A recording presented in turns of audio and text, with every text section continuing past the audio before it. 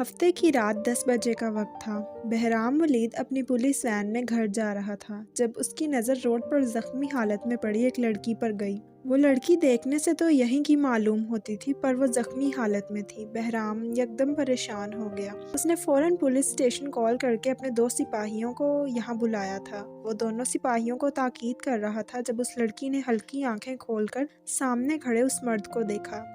سپاہی لڑکی کو بہرام کی تاکید کے مطابق ہاسپٹل لے گئے تھے۔ بہرام گاڑی میں بیٹھ کر گھر کی طرف روانہ ہو گیا تھا۔ البتہ جو بات اسے سب سے عجیب لگی تھی وہ یہ تھی کہ وہ لڑکی زخمی حالت میں بھی کسی سے بدلہ لینے کی بات کر رہی تھی۔ بہرام کو یہ بات عجیب لگی تھی، مگر خلاف توقع نہیں۔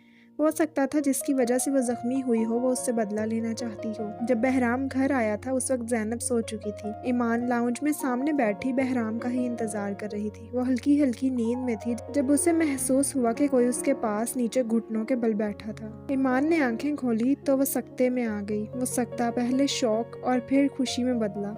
بہرام اپنی بیوی کے سامنے نیچے بیٹھا تھا اور اس کے ہاتھ میں پنک ٹیولپس کا ایک خوبصورت سا بوکے تھا۔ ساری دنیا گلابوں پر مرتی تھی، پر بہرام ولید کی بیوی کو ٹیولپس پسند تھے، اور کیوں نہ ہوتے، وہ سب سے الگ تھی۔ وہ تو بہرام ولید کی پسندیدہ عورت تھی نا۔ کبھی کبھی زندگی میں کچھ لمحے ایسے آتے ہیں جہاں دل کرتا ہے وہ وہیں تھم جائیں اور انسان ان لمحوں میں قید ہو جائے۔ میں نے بہرام کے ہاتھ سے بوکے لیتے ہوئے کہا، اگر آپ کہیں گی تو ہر روز لا دیا کروں گا، پھر آپ روز دیکھ لینا یہ منظر۔ وہ نرمی سے کہتا اپنی بیوی کا ماتھا چوم گیا۔ کتنا خوش نصیب تھا وہ، اور وہ شخص کتنا خوش نصیب ہوتا ہے جس کی قسمت میں بہرام ولید جیسا شوہر اور ایمان جیسی بیوی ہوتی ہے۔ عائشہ والے واقعے کے بعد ایمان پر بھی اثر پڑا تھا۔ وہ دونوں کالج میں اچھی دوست بن گئی تھیں اور اس واقعے کے بعد ایمان کے بارے میں بھی بہت سی باتیں کی گئی تھیں۔ ایمان کے گھر والوں نے اسے آگے پڑھانے سے انکار کر دیا تھا اور ایمان کی ارینج میرج بہرام ولید کے ساتھ کر دی گئی تھی۔ تو کسی نے ٹھیک ہی کہا ہے کہ ماں باپ کے بعض فیصلے بیٹیوں کی زندگی تباہ کر دیتے ہیں، اور بعض فیصلے اسی بیٹی کے حق میں اچھے ثابت ہو سکتے ہیں۔ ایمان کے گھر والوں کا ایک فیصلہ ایمان کی زندگی میں نئی خوشیاں لے آیا تھا۔ وہ بہرام کے ساتھ بہت خوش تھی۔ وہ کوئی شکی مزاج مرد نہیں تھا۔ پولیس میں ہونے کے بعد بھی وہ اپنا غصہ جو کہ اس کی جاب کا حصہ تھا گھر سے دور ہی رکھتا تھا۔ باہر اگر وہ اے سی پی بہرام تھا تو وہی اے سی پی گھر پر بس بہرام ولید تھا، جو صرف ایک شوہر اور باپ تھا۔ اس نے کبھی بھی اپنی ڈیوٹی اور جذبات کو ایک دوسرے کے بیچ میں آنے نہیں دیا تھا، اور یہ اس کی شخصیت کی سب سے بڑی خوبی تھی۔ ایمان اور بہرام ایک پرفیکٹ کپل تھے۔ ان کے کپل کو جو بھی دیکھتا تھا سوچنے پر مجبور ہو جاتا تھا، ارینج میرج میں بھی خوش رہا جا سکتا ہے اگر عورت صبر سے کام لے اور مرد اپنے غصے کی زد میں اپنی ہمسفر کو نہ لائے۔ بہرام ہمیشہ میرے ساتھ رہیے گا پلیز، وہ منت کر رہی تھی۔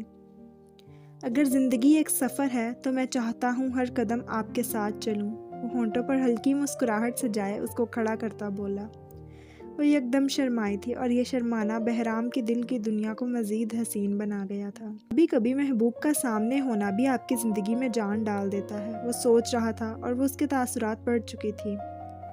کچھ خاص دلوں کو عشق کے الہام ہوتے ہیں۔ محبت معجزہ ہے، اور معجزے کب عام ہوتے ہیں۔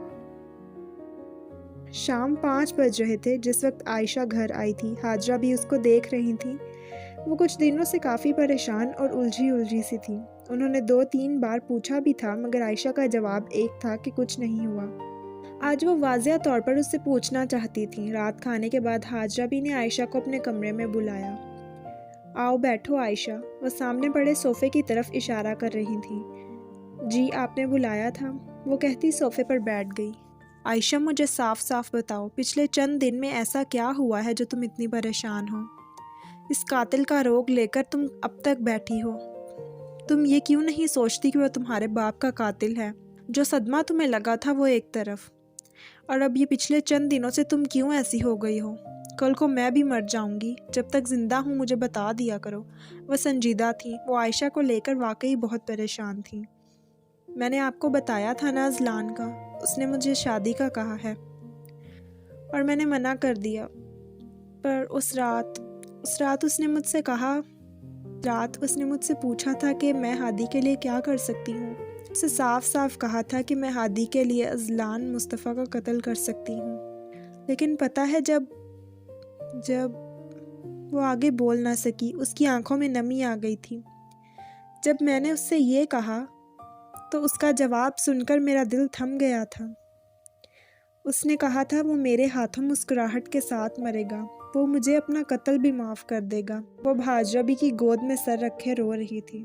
وہ نیک ہے، اس کے چہرے پر اللہ کا نور ہے۔ میں گناہگار ہوں، پھر اسے مجھ سے محبت کیوں ہے؟ میں اس کو تکلیف کیوں دوں؟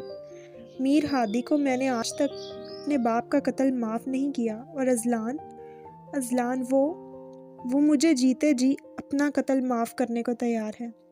میں گناہگار ہوں، میں نے ازلان جیسے نیک شخص کی زندگی دکھوں سے بھر دی ہے۔ میں کتنی بے رحم ہوں نا، میں چاہ کر بھی ازلان کے دکھ کم نہیں کر سکتی۔ مجھے اس سے محبت نہیں لیکن ہمدردی ہے۔ میں اسے اپنی وجہ سے تڑپنے نہیں دے سکتی۔ وہ ہادی سے اچھا ہے لیکن میں کیا کروں؟ میرا دل ہادی کے علاوہ کسی کو قبول نہیں کرتا۔ وہ رو رہی تھی، اسے اپنے سے زیادہ یہ دکھ آ رہا تھا کہ اس نے ازلان جیسے شخص کی زندگی میں دکھ بھر دیے تھے۔ آدھا گھنٹہ وہ یوں ہی روتی رہی۔ اپنے کمرے میں جاؤ اور سو جاؤ بچے، جاتے ہوئے ازلان کا فون نمبر لکھ کر میرے ٹیبل پر رکھ جانا، حاجرہ بی نے اسے کھڑا کرتے ہوئے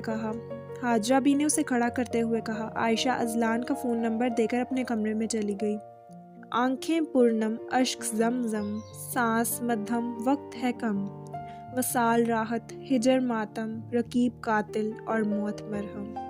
یہ ایک بیسمنٹ کا منظر تھا۔ سورج ڈوب رہا تھا اور شاید کسی کی زندگی بھی۔ مارگالا کی پہاڑیوں میں جیسے یہ ایک معمول کا دن تھا۔ پہلے جہاں چیخیں ہفتے میں ایک بار سنائی دیتی تھیں، وہ اب ہر دن آنے لگی تھیں۔ ایک وحشی درندہ تھا جو بیسمنٹ میں ظالموں کی طرح جانے لے رہا تھا۔ یہ بیسمنٹ کا مین روم جہاں پر آرگنز نکالے جاتے تھے۔ ایک شخص میز کے پاس کھڑا تھا جبکہ 2 گارڈز اس کے پیچھے دروازے کے پاس ہی کھڑے تھے۔ وہ ظالم شخص تھا، اس کو دیکھ کر کوئی بھی اندازہ لگا سکتا تھا۔ اس کے ایک ہاتھ میں خنجر تھا اور اس نے میز پر بے ہوش پڑے وجود کے اندر ایک کے بعد ایک چاقو سے وار کیا تھا۔ خون کسی ندی کی طرح آس پاس بہنے لگا تھا۔ میز پر پڑا وجود بے جان ہو چکا تھا۔ اس ظالم شخص کے شرٹ پر خون کے داغ تھے۔ کتنی بے رحمی سے مارا تھا اس نے اپنے ہی دوست کو۔ وہ عقیل تھا جو اب بے جان ہو چکا تھا۔ ہادی کے کالج کا وہ دوست جو ہادی کے ساتھ ان کاموں میں مدد کرتا تھا۔ اس نے اسمگلنگ کے دوران ان باہر کے لوگوں سے زیادہ پیسے لے کر آدھے پیسے اپنے پاس رکھ لیے تھے اور باقی تھوڑی رقم ہادی کو دی تھی۔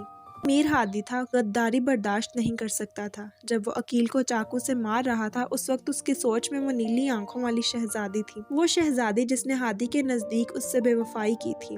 ہادی نے عقیل کے اوپر جتنے بھی وار کیے تھے وہ عائشہ کو سوچ کر کیے تھے۔ اگر اس وقت اس کے سامنے یہاں میز پر عائشہ ہوتی تو وہ بے وفائی کی سزا میں اسے موت سے بدتر سزا دیتا، یا شاید اسے اتنی بار خنجر مارتا جب تک وہ تڑپ کر اپنی جان میر ہادی کے نام قربان نہ کر دیتی۔ کتنا بد نصیب تھا یہ شخص جو لڑکی اس کی یاد میں بھی اس سے وفا کر رہی تھی۔ وہ اس کے کردار پر بے وفائی کا داغ لگا کر اسے ہی مارنا چاہتا تھا۔ یہ میر ہادی کی بدقسمتی تھی، اس کی وحشت کا نشان تھا۔ کتنی ہی راتیں عائشہ اس کی یاد میں روتے گزار گئی تھی اور وہ ظالم اس کو بے وفا کہہ رہا تھا۔ اگر وہ خود کو عائشہ کی جگہ رکھ کر سوچتا تو جان پاتا کہ وہ کتنی بڑی مجرم تھی۔ ہاں وہ مجرم تھی۔ اس کا یہ جرم تھا کہ اس نے اپنے باپ کے قاتل سے محبت کی تھی اور اس کے باوجود وہ لڑکی اس قاتل کی یاد میں تڑپتی تھی۔ میر ہادی نیلی آنکھوں کے حصار میں تھا جب اسے اپنی شرٹ پر لگا خون اپنے ہاتھ سے نیچے زمین پر گرتا محسوس ہوا۔ اس کی یادوں کا سلسلہ ٹوٹا۔ ہادی نے اپنے ہاتھ میں موجود خنجر اس لاش میں گاڑا اور کسی طوفان کی طرح وہ بیسمنٹ سے باہر نکلا۔ وہ پاگل ہو رہا تھا۔ اس کا بس چلتا تو وہ پوری دنیا کو آگ لگا دیتا، مگر اسے پوری دنیا کو کہاں آگ لگانی تھی۔ اسے تو عائشہ صدیقی کی زندگی چاہیے تھی۔ اسے عائشہ صدیقی کو مارنا تھا۔ اسے اپنی ناکام محبت کی سانسیں چھیننی تھیں اور وہ ہر قیمت پر یہ کرنا چاہتا تھا۔ اس نے غصے پر ضبط کرتے ہوئے جنید کا نمبر ملایا۔ جنید ان دنوں لاہور میں تھا۔ وہ ازلان سے ملنے آیا ہوا تھا اور ساتھ کچھ سامان تھا جو اسے ازلان کو دینا تھا۔ جنید نے کال نہیں اٹھائی تھی، شاید وہ کہیں مصروف تھا۔ ہادی کا دل چاہ رہا تھا وہ کسی کو شوٹ کر دے یا جان سے مار دے۔ ہادی کا فون یکدم بجا تھا، وہ جنید کی کال تھی۔ ہیلو جنید، تم کہاں ہو؟ ہادی نے اپنا غصہ ضبط کرتے کہا۔ میں لاہور ہوں، خیریت؟ میں لاہور ہوں، خیریت ہے نا ہادی؟ وہ ہادی کی ٹون سن کر پریشان ہوا۔ نہیں، خیریت نہیں ہے، مجھے اس کی موت چاہیے۔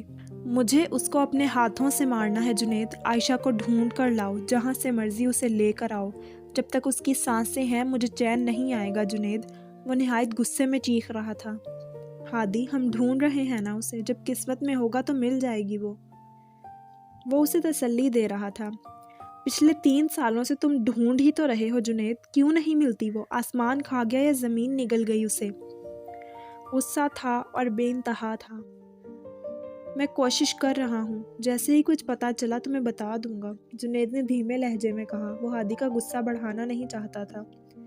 فون بند ہو چکا تھا اور ہادی مارگالا کی پہاڑیوں میں ڈوبتے سورج کو دیکھ رہا تھا۔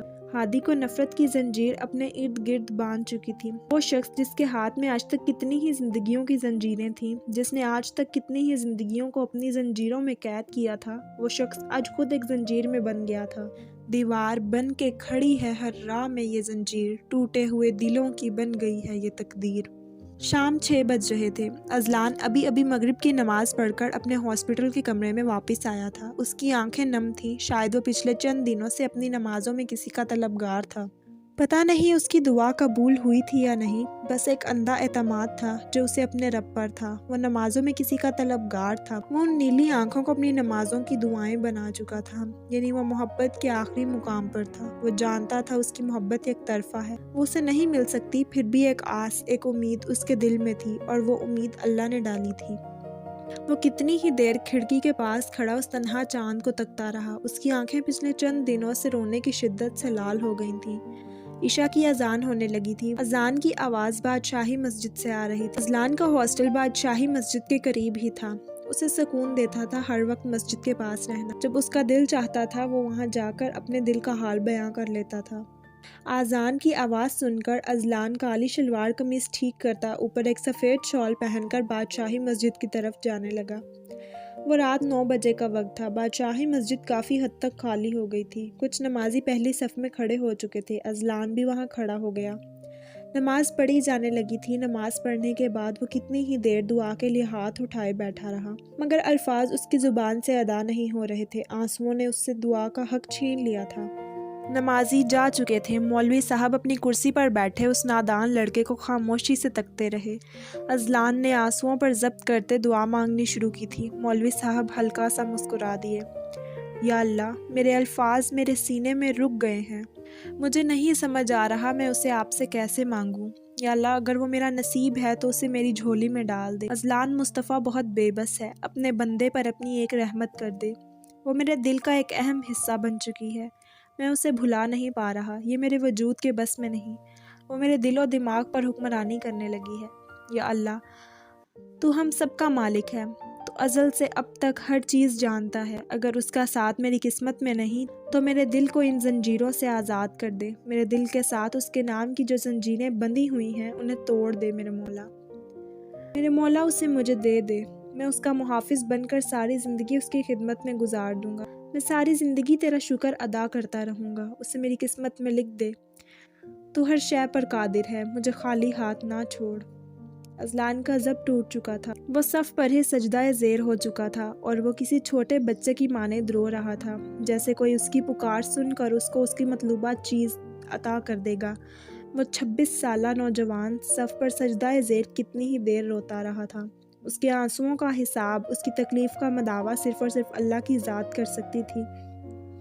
اس کے چہرے کا نور آنسوؤں میں کہیں چھپ گیا تھا۔ اذلان کی سفید شال کونے میں گری پڑی تھی اور وہ خود سجدہ زیر کتنی ہی دیر روتا رہا تھا۔ جب اذلان نے اپنے آنسو صاف کیے، اس وقت اس نے اپنی گھڑی پر ٹائم دیکھا تھا۔ رات کے 11 بج رہے تھے۔ اسے یاد تھا وہ 9 بجے یہاں آیا تھا۔ سوجی آنکھوں کے ساتھ جب اس نے سامنے بیٹھے مولوی کو دیکھا، وہ کب سے اسے اسی پوزیشن میں غور سے دیکھ رہے تھے۔ جا جا میرے بچے، گھر جا، اس رب نے تیری سن لی۔ مولوی صاحب یہ جملے کہتے اذلان کا ماتھا چومتے وہاں سے چلے گئے۔ وہ دھندلی آنکھیں لیے کتنی ہی دیر ان کو جاتے دیکھتا رہا، اور پھر اذلان خود بھی ہاسٹل واپس آ گیا۔ سجدے میں گرتا ہوں، تیرا نام لبوں پہ ہوتا ہے، میرے دل کا ہر راز خدا کے روبرو ہوتا ہے۔ دوپہر کا وقت تھا۔ بہرام تھانے کے اندر اپنے آفس میں بیٹھا کچھ کیسز کی فائلز دیکھ رہا تھا جب اس کے آفس کے باہر ایک جانی پہچانی آواز گونجی۔ بابا، زینب اپنے چھوٹے چھوٹے قدم بڑھاتی ایمان کی انگلی تھامے اندر داخل ہو رہی تھی۔ بہرام نے خوشی سے اپنی بیٹی کو نیچے جھک کر گلے سے لگایا۔ بہرام کو اپنی زندگی خوبصورت ترین لگنے لگتی تھی جب وہ اپنی زندگی میں موجود ان دو نعمتوں کو دیکھتا تھا۔ بہرام زینب کو باہوں میں لیے کھڑا ہوا تھا اور پھر اس نے اپنی دوسری نعمت کا ماتھا چوما۔ ایمان کا ہاتھ تھام کر اس کو سامنے صوفے پر بٹھایا۔ ایمان کا ہاتھ تھام کر اس کو اپنی کرسی پر بٹھا دیا۔ خیریت، آج میری دونوں شہزادیاں یہاں کیسے؟ وہ چہرے پر مسکراہٹ لیے بول رہا تھا۔ وہ میں آپ کے لیے کھانا لائی ہوں بہرام، ایمان شرماتے ہوئے بولی۔ بہرام کو لگا اس نے غلط دیکھا تھا، مگر وہ سچ میں بلش کر رہی تھی۔ بابا ماما جھوٹ بول رہی ہیں، وہ آپ کو مس کر رہی تھی، زینب نے دنیا جہاں کی شرارت اپنے اندر سمیٹے کہا۔ اچھا، بہرام کا جواب بھی شرارت بھرا تھا۔ ایمان کے گال سرخ ہونے لگے تھے۔ وہ بنا کچھ کہے کھانا لگانے لگی۔ ابھی بہرام نے کھانا کھایا ہی تھا جب آفس کا ڈور بہرام کے ایک بندے نے نوک کیا۔ کم ان، لہجہ روبدار تھا۔ پہلے والی شرارت اب پروفیشنل لہجے میں بدل چکی تھی۔ سر، جس لڑکی کو ہاسپٹل لے کر گئے تھے اس کو ہوش آ گیا ہے، وہ بار بار میر ہادی کا نام لے رہی ہے اور آپ سے ملنا چاہتی ہے۔ اوکے، میں 5 منٹ میں باہر آتا ہوں۔ اتنا سن کر وہ سپاہی باہر چلا گیا۔ ایمان، زینب کو گھر لے جاؤ، ڈرائیور باہر کھڑا ہے، اپنا خیال رکھنا۔ بہرام نے اٹھ کر زینب کے گال چومے اور اسے ایمان کی گود میں پکڑایا۔ ایمان کے ماتھے پر بوسہ دیتا وہ وہاں سے چلا گیا۔ یہ اسلام آباد کا سینٹرل ہاسپٹل تھا جہاں اس لڑکی کو زیر علاج رکھا گیا تھا۔ بہرام اس کے کمرے میں ایک لیڈی انسپیکٹر کے ساتھ آیا تھا جو اس لڑکی کا بیان ریکارڈ کرنے والی تھی۔ جی کہیں، آپ مجھ سے ملنا چاہتی تھیں اور آپ ہادی کا نام کیوں لے رہی تھیں؟ آپ کا نام کیا ہے اور زخمی کیسے ہوئیں؟ مجھے ہر بات تفصیل سے بتائیے، پولیس آپ کا ساتھ دے گی۔ وہ اپنے پروفیشنل انداز میں کہہ رہا تھا۔ میرا نام پلوش ہے، پلوش حیدر۔ میر ہادی میرا مجرم ہے اور میں اس سے بدلہ لے کر رہوں گی۔ پلوشہ کے لہجے میں بلا کا درد اور میر ہادی کے لیے نفرت ہی نفرت تھی۔ میر ہادی نے کیا کیا ہے؟ بہرام کو تشویش ہوئی۔ جب میں اپنی کالج لائف میں تھی، ہادی بھی میرے ساتھ ہوتا تھا۔